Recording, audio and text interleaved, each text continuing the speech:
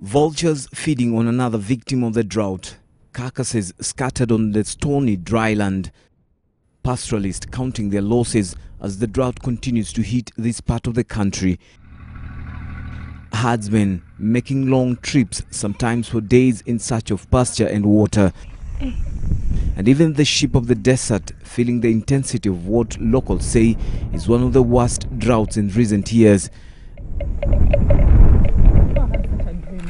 This is Wajir South, one of the worst hit districts in the country. For 2 years now, there has been no drop of rain in this region. Udole village, some 10 kilometers from Habaswein town, once bustling with life, but now an uncomfortable silence dominates in a place that had been mostly green. Udole residents were forced to move from the village early this year, and this is the reason why. Their only source of water ran dry. It's the same story in many other parts of northern Kenya. Sisi mibita kwa taabu wingi kabisa. Hata watu karibu kukufa. Wacha mambo ya mali.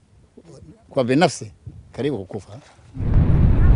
With water pans drying up and boreholes far and few in between remote villages, population is now congested in places that still have water, like this water point at Dilmanyale, where humans, livestock and wildlife share this water that is quickly running out.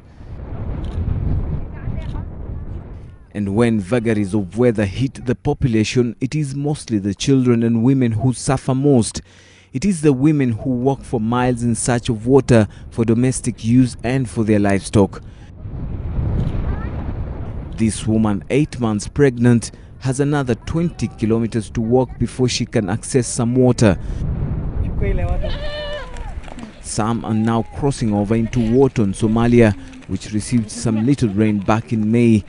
The government last week declared this drought a national disaster, promising to send relief food and supply water to residents of northern Kenya.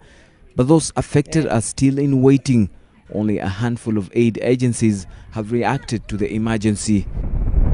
At Dalsan village, the arrival of a water truck is a relief to these women. Population has grown up. We started with 18 households. As now, as we speak, it has gone up to 5,000 households. This is because other people from neighboring districts are converging at the watering point where we are taking water because they need the water, and we cannot deny them.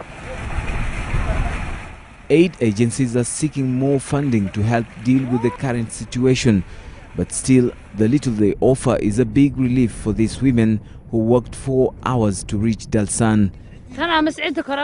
My village is 4 hours from here. This water should be enough at least for a few days. If there was no water here, I would have walked for another 2 hours to get water for my family and the camels. I'm glad for the help. It's time to head home for these women. They know they will make the trip back here since their village has no water, let alone food. Like many here, they are taking the government's promise to send relief food with a pinch of salt. Many such promises having not been fulfilled in the past.